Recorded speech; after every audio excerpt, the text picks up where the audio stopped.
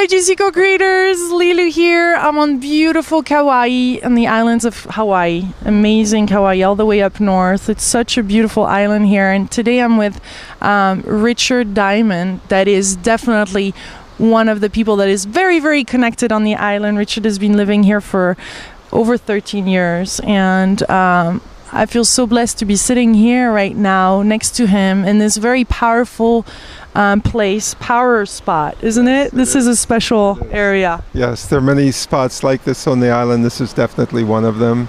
The energy of Kauai is extraordinary. We were just talking earlier about how so many people look so much younger here. Yes? Yeah. And it's because of the nature of the land, the nature of the wind, the sun, and really the nature of the community. Yeah. And so people really feel connected with one another, and people are very much into gratitude. I also love and really want to share with you Kauai in this interview and in other interviews too, because it's like a living goddess. There's really something special about this island that you're very yourself connected to. But I want to really thank you because of all the connections and all the juiciness that have unfolded since we've been in contact. There's like this huge vortex of energy that's been created. And for me, this is really co-creation at its best. And I could tell you that this is the Juicy Living Tour taking full vision, where the community is fully stepping in and want to share their passion and their message, and people offering from accommodation to car. All the support that I've ever dreamt of for the Juicy Tour has happened here on this island, and I feel there's something really magic. There's really an alignment with the true divine nature that we have within ourselves. Yes. Is that what drawn you here? Yes. Well, I was drawn here by that energetic. I didn't know at the time exactly how powerful it would be, but living here this time for 13 years, it's grown and expanded. And the island, although it's a small island in some ways, in other ways it's really very big. The other day I was thinking Kauai is like, for me it's like bigger than Australia, because you keep learning more and seeing more. It's like an interdimensional play field. It's like there's so much going on. It's just beautiful. The energy of the goddess here. I have had so many experiences with the birthing. There's a lot of birthing, wonderful birthing energy here. Women come here to have children, and they have home births, and that's going on. And just here where we're sitting on these rocks, we were talking about it the other day. It's like you really feel a sense of the goddess and how the energy of male, female is working in harmony together here. And so a woman feels more in sense with her own femininity, and yet a male will feel more in tune with his own maleness. And it's just like an expansive thing. And the kinds of things that go on here, I run something called a newsletter. It's been around for 13 years. And the energy really comes through there. You see all these people making connections. It's really beautiful to see. Yeah, there's really a sense of community. But tell us about your story, because it hasn't really been that way. You went through huge depression. Should I tell you about the Richard Diamond story, how that occurred? The Richard Diamond story, yes. Okay. Basically, what happened many years ago, I was going through a really dark time. And at the time, this was around 1995, and I was in Seattle. And I was sitting with someone who was doing some therapy, and he said, well, feel your feelings, feel your burdens, you know, whatever it is. And I was feeling so burdened with my life and the fact that I couldn't handle anything then. And I literally slumped to the floor. And the next thing I knew, I was like falling through the earth. And I was falling and falling and falling and falling. And finally, I splashed into something. And it's like I didn't know what it was, but it was like some kind of orange liquid, and there was like a luminescence in this liquid. And I was like in this like environment, and I felt happy. And it's like I couldn't quite understand what was happening. And then I had the realization that what happened was that I splashed into lava. I had literally gone into the center of the planet, splashed into lava, and in lava, like nothing can live in lava except itself, right? Mm-hmm. It's just like lava. But the other thing that can be in lava is consciousness. So it was like my ego was burned away, all my burdens were burned away, and I was there in the lava, in consciousness. And I was happy in that moment. So that in itself was a kind of a revelation. I then came out of that experience into my body, and I was still feeling a lot of, I was still in the dark night of the soul, but I had an experience which showed me something.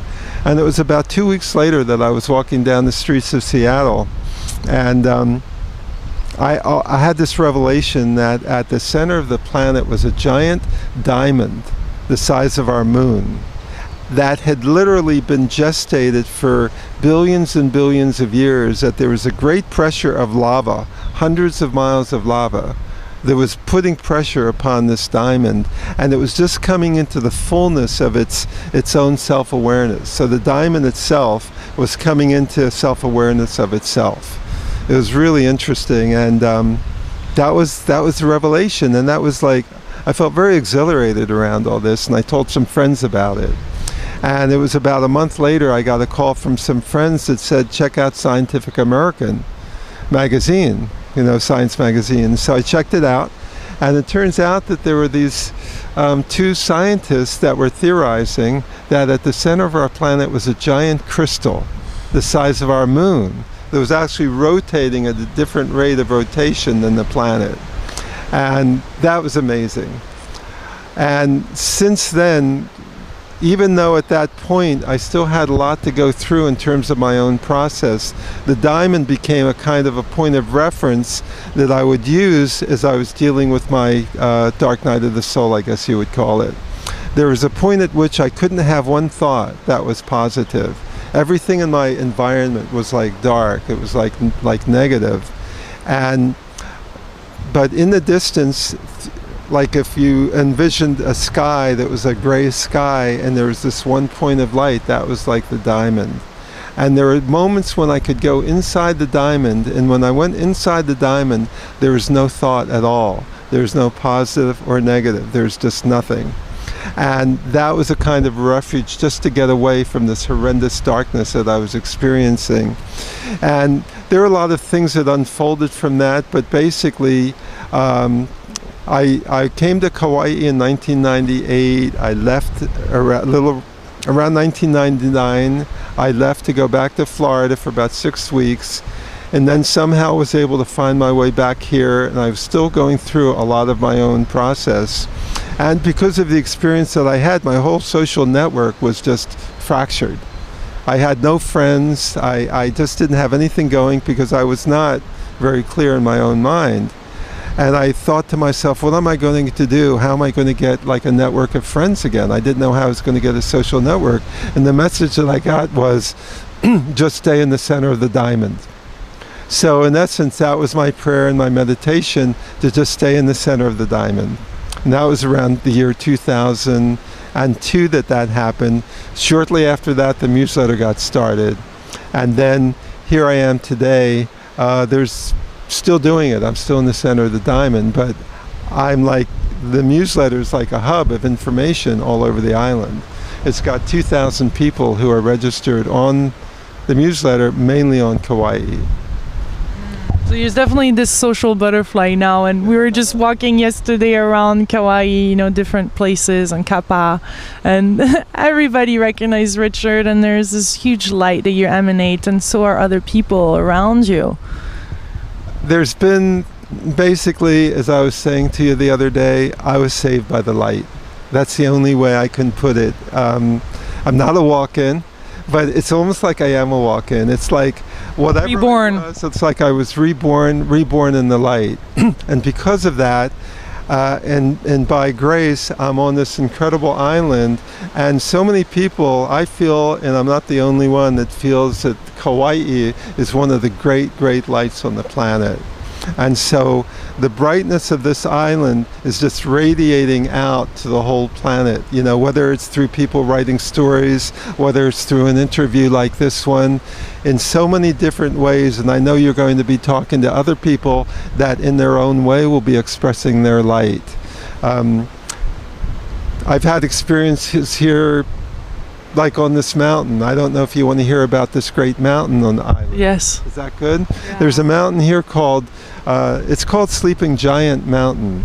And it's a very well-known mountain. It's not the largest mountain or the tallest mountain on the island, but there's just something about it that's really beautiful.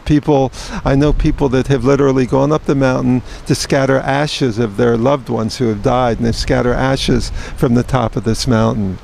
And what happened was, a few years ago on Easter, I was feeling physically sort of low and still going through my thing. And I thought, I'm really out of shape. I really need to get in shape. So I started going up this mountain. And I started on Easter, and for the next 6 months, I went up this mountain every day. It takes about an hour to go up.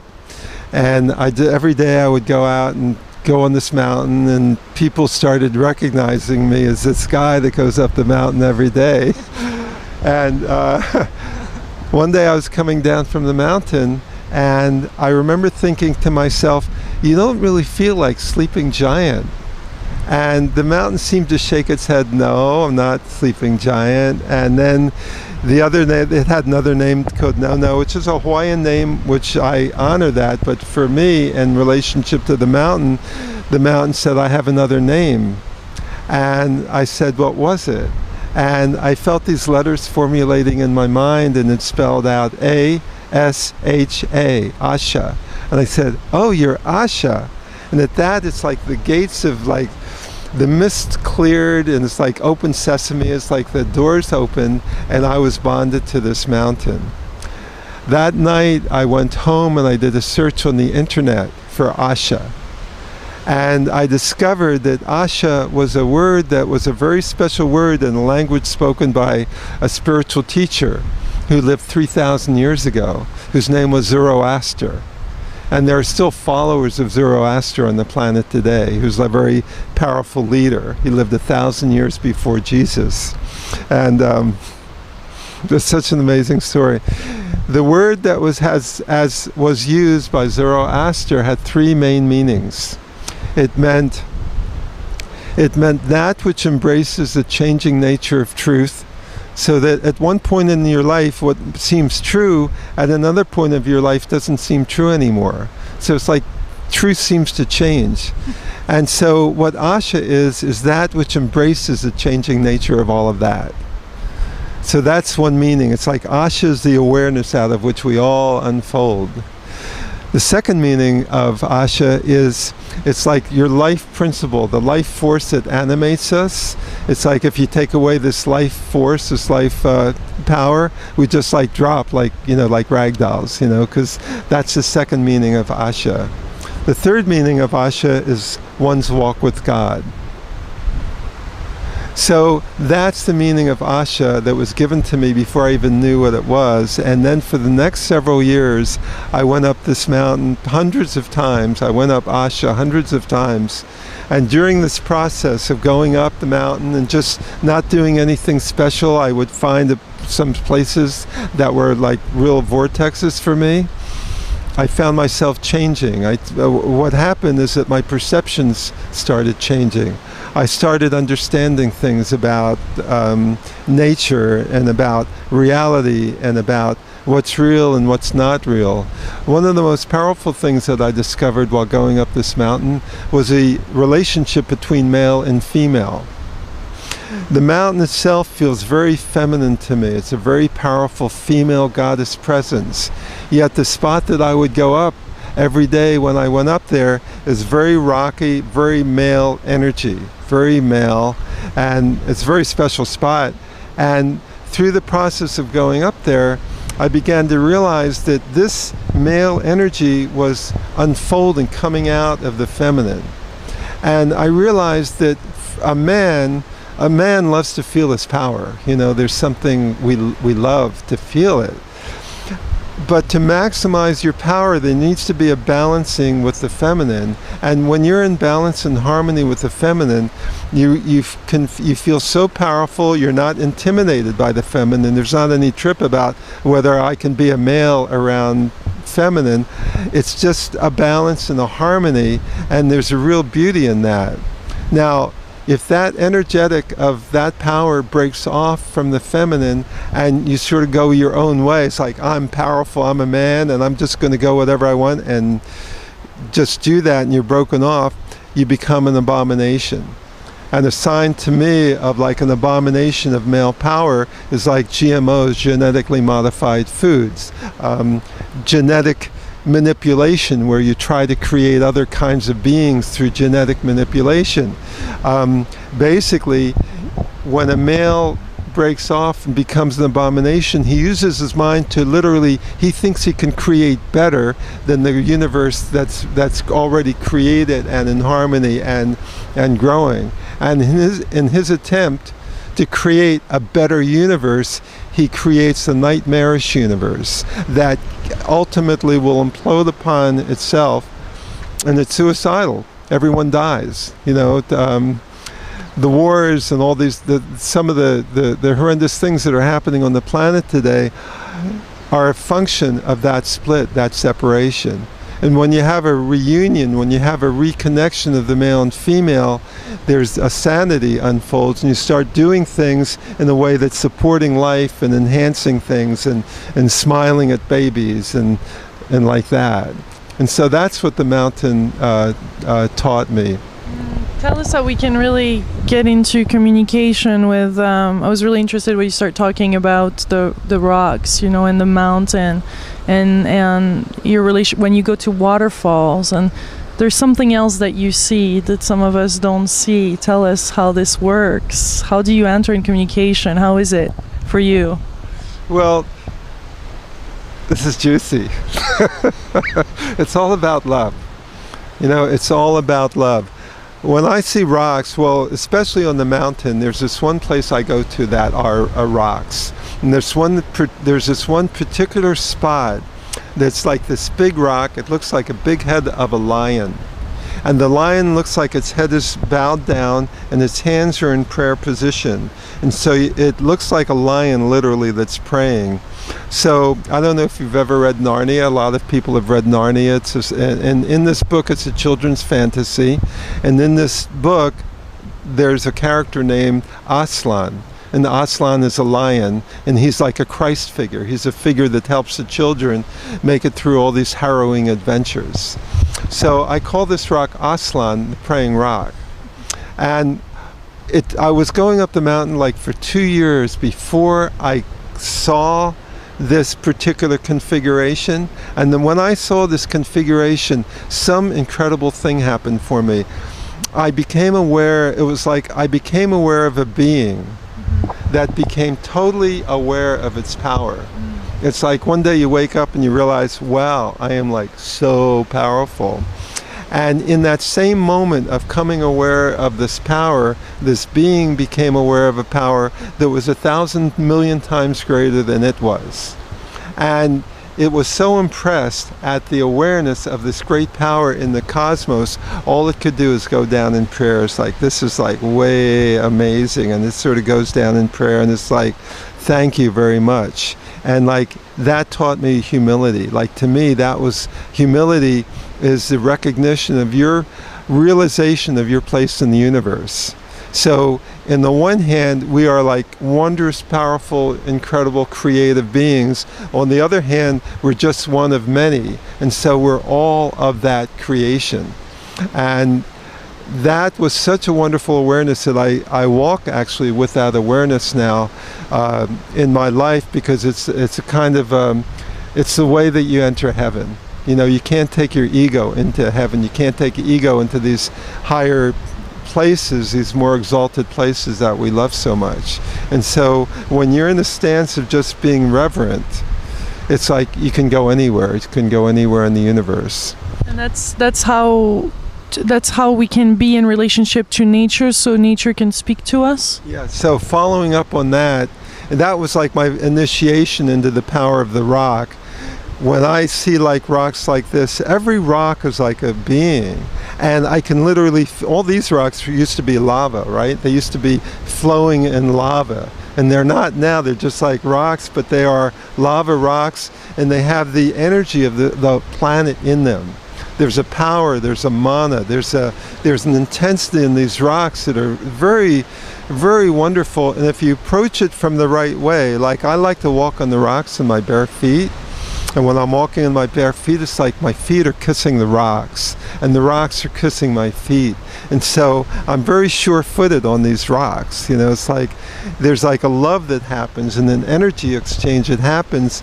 And sometimes I'll lay on the rocks and feel the energy of the rocks all through my body. And it's like an energy of cleansing. You could literally feel the lava is like, it's sort of like, looks almost, if you look at it under a microscope, like the rocks, it looks almost like a beehive.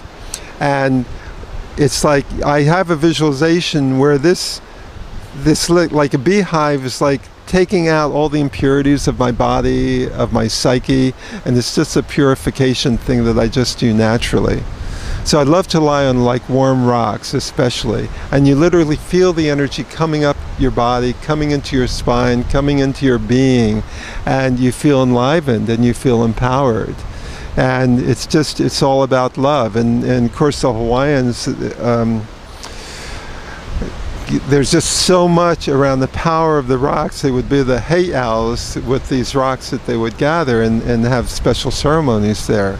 And even though these rocks are not like a heiau, in a sense, for me it is. So every time I come down here and I don't just see like individual rocks, it's nice to be with individual rocks. I see a kind of a gestalt. I see a kind of a collective consciousness of the being of the planet. And just seeing that changes you. And it's changed me, and it continues to change me, because there's just a deepening effect that happens, and it ties into your relationships with yourself and with the people around here, because on one level or another, people are so powerfully affected by nature, and they honor nature. I discovered something incredible in the mountain. One day I was on the mountain and I was looking out at nature, and all of a sudden it's like I felt so much love coming to me from nature. It was like it filled me, and it almost burst through my body with all this love. And I felt like a king. I felt like royalty. And I realized that when you really tune into nature and you really communicate, nature loves us so much and honors us as royalty. We're like all royalty, and when you don't see that, or you're unwilling to see that, and you start treating nature like without respect, it's like you're putting yourself on the level of just like, you know, below an ant. You know, it's like if people really got it, and they really got the incredible love that's just waiting for them to be connected with in nature, their whole being would change, and they would no longer hate themselves inside, right? So many people don't love themselves. That would just like dissolve away, because all there is just a kind of flowing relationship of love that's happening between you and nature once you realize and you decide to enter into a state of reverence with nature. So I love that. We have to really engage, and this is a relationship. It's calling nature and starting to live that. I love also how you name what seems like things, and you make them alive. And also the whole Kauai becomes a goddess. Tell us about your relationship with this goddess. Who is she? Well, actually, she's showing up on the map when we look at it from the sky. Huh? Yeah. It's sort of fun. Most people, even people who have lived here for a long time, haven't really seen this, but if you look at an overhead of Kauai, you can actually see a profile of the goddess in the island. And it's really, when I first saw it, it was like a revelation. And the way you see it, it's like there's a river on the east called the Wailua River, and where the Wailua River runs into the ocean, that's like the eye of the goddess. And if you go down to a town called Lihue, and right below Lihue, there's a ring of mountains called I think it's called the Hoary Head Ridge Mountains, and it's in the form of a smile. And then go up a little bit further from there, and you come to a harbor called the Wili Harbor. And that's a peninsula that juts out into the ocean a little bit. That's the nose. So you have the eye and the nose and the mouth. If you go up a little bit further, you come to Kapa'a, which is a sweet little town a little bit south of Princeville, and that's the third eye. And then if you go up further, past a town called Kilauea and into Princeville, that's the crown chakra.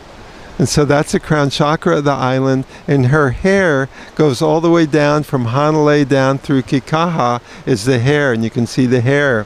And the most exciting part to me, of this for me, is when you look at the very center of the island, that's where Mount Waialeale is, which is one of the wettest spots on the planet.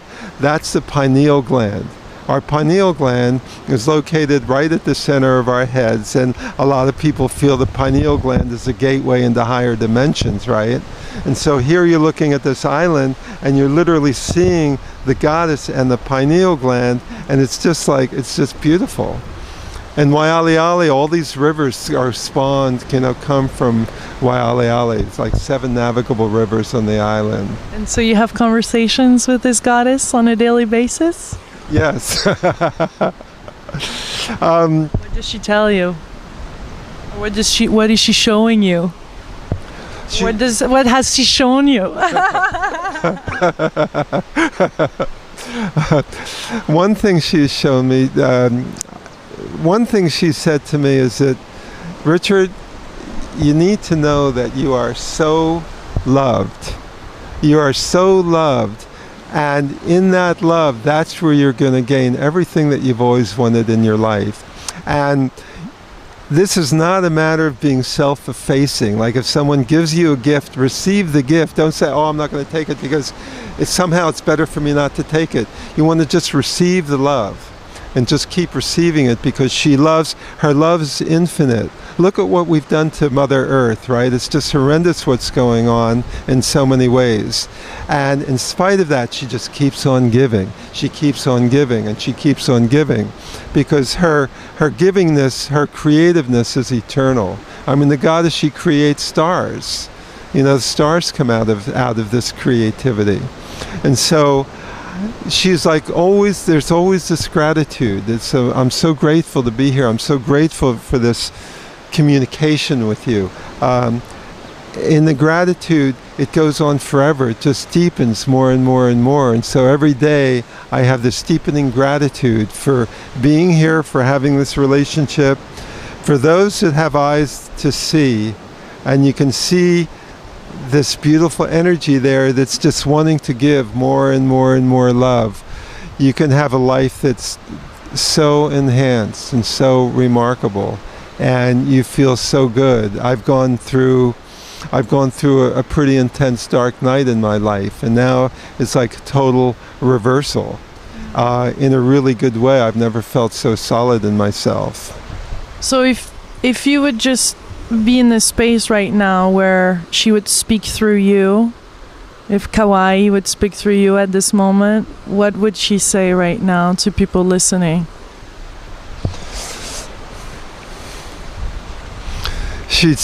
What she would say, and what she said to me, is the light is here. There's a light of love. There's a great light that's spreading out all over the planet right now. It's very, very powerful. Not everyone sees it. Not everyone will recognize it. There are many people that do see it. There's many more people that are seeing it. Basically, the message I get through the mountain, through the energy of Kauai, is that relax. Don't worry about anything. It might seem really weird. It might seem really dark in places. It might seem, strange things are happening on the planet. But the thing to know is that everything is okay, and ultimately there's nothing but light. And eternally, and this is something that's really so important for me, and what the message that I continually get is that when all is said and done, there's only expanding love. There's eternity of love expanding forever. That's where we came from, and that's where we're coming to. And here on this plane of consciousness, and Kauai is God. When I look at Kauai, like in my mind, I see a nova. It's like a nova that's unfolding. And Diamond wasn't my given name. I take Diamond on because I love the idea of a diamond star. And in a sense, the Earth itself, Mother Earth, is giving birth to a diamond star. It's giving birth out of everything that's happening. Is coming a light that's so extraordinary. And it's really good to relax and allow yourself to come into this warmth, into this lovingness, and insist that to really see that. And in that seeing it, your life can be transformed. You don't need to worry anymore. It really, everything is okay. This was such a juicy moment, Richard. Thank you so much. Many of us here feel like we're spokesmen and spokeswomen. It's not like I need to be on any kind of like soapbox or get up and talk in front of people or anything like that, because the truth of what's occurring is so big and so wondrous that when you can turn to that truth and be with that, it's like Abraham calls it the vortex. It's like being in the center of well-being, and out of that comes this incredible creativity and also incredible compassion and the willingness and the ability to be with people in a whole different way that's creative and will support the planet and all of us to come into a whole new dimension of being where there's no end to it. Love is not boring, you know. Lack of war and conflict in the way we see on the planet is not boring. It's like the most exciting thing that I can imagine. And eternity is not boring. It's like an endless, you can't really put words to it, but it's like an endless expansion of exhilaration and love that our minds, our hearts can understand it. That's really important to know. Our hearts can, the ego can't really understand this, but our hearts can. And so we just stay in our heart and we just allow ourselves to move into this magnificent expansion of being in love that basically goes on forever. It's really wonderful to be sitting here talking with you. So I'm really honored. Thank you, Libby. Thank you for creating this moment, co-creating this moment. Thank you for the co-creation of this moment. I'm like really honored and grateful in this perfect place where I love to come all the time, on these rocks.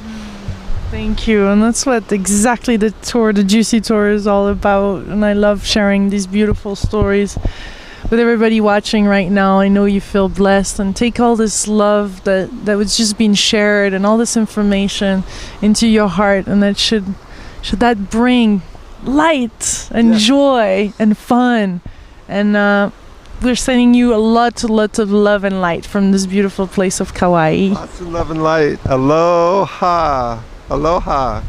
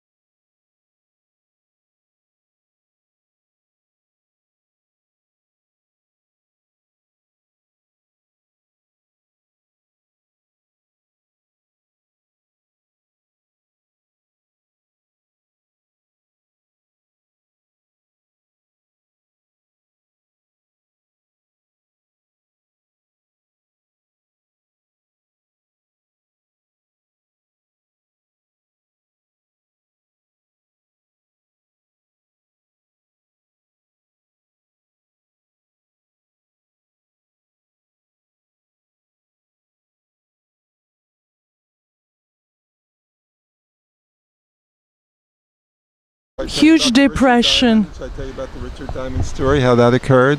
The Richard Diamond story, yes. Okay. Basically, what happened many years ago, I was going through a really dark time. And at the time, this was around 1995, and I was in Seattle. And I was sitting with someone who was doing some therapy, and he said, well, feel your feelings, feel your burdens, you know, whatever it is. And I was feeling so burdened with my life and the fact that I couldn't handle anything then. And I literally slumped to the floor. And the next thing I knew, I was like falling through the earth. And I was falling and falling and falling and falling. And finally, I splashed into something. And it's like I didn't know what it was, but it was like some kind of orange liquid, and there was like a luminescence in this liquid. And I was like in this like environment, and I felt happy. And it's like I couldn't quite understand what was happening. And then I had to realize.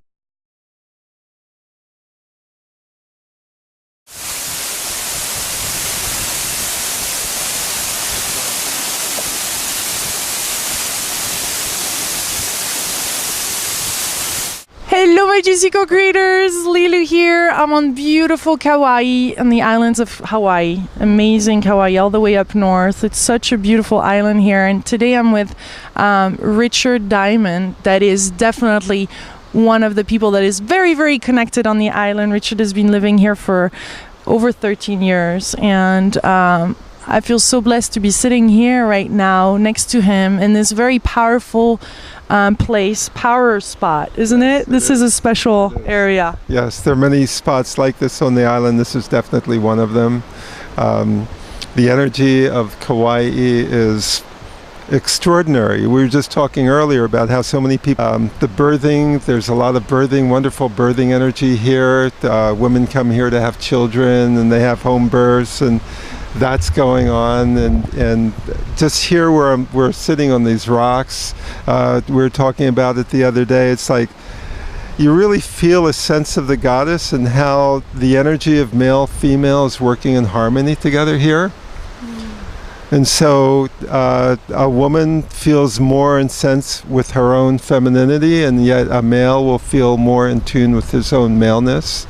And it's just like an expansive thing. And the kinds of things that go on here, I run something called a newsletter. It's been around for 13 years, and the energy really comes through there. You see all these people making connections. It's really beautiful to see. Yeah, there's really a sense of community. But tell us about your story, because it hasn't really been that way. You went through people offering from accommodation to car.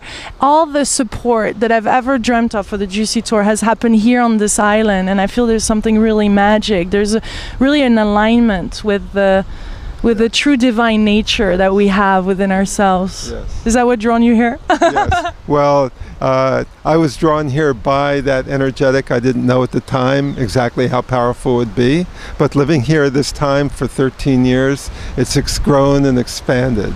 And the island, although it's a small island in some ways, in other ways it's really very big. The other day I was thinking Kauai is like, for me it's like bigger than Australia, because you keep learning more and seeing more. It's like an interdimensional play field. It's like there's so much going on. It's just beautiful. The energy of the goddess here, I have had so many experiences with people look so much younger here. Yes? Yeah. And it's because of the nature of the land, the nature of the wind, the sun, and really the nature of the community. Yeah. And so people really feel connected with one another, and people are very much into gratitude. I also love and really want to share with you Kauai in this interview and in other interviews too, because it's like a living goddess. There's really something special about this island that you're very yourself connected to. But I want to really thank you because of all the connections and all the juiciness that have unfolded since we've been in contact. There's like this huge vortex of energy that's been created. And for me, this is really co-creation at its best. And I could tell you that this is the Juicy Living Tour taking full vision, where the community is fully stepping in and want to share their passion and their message, and people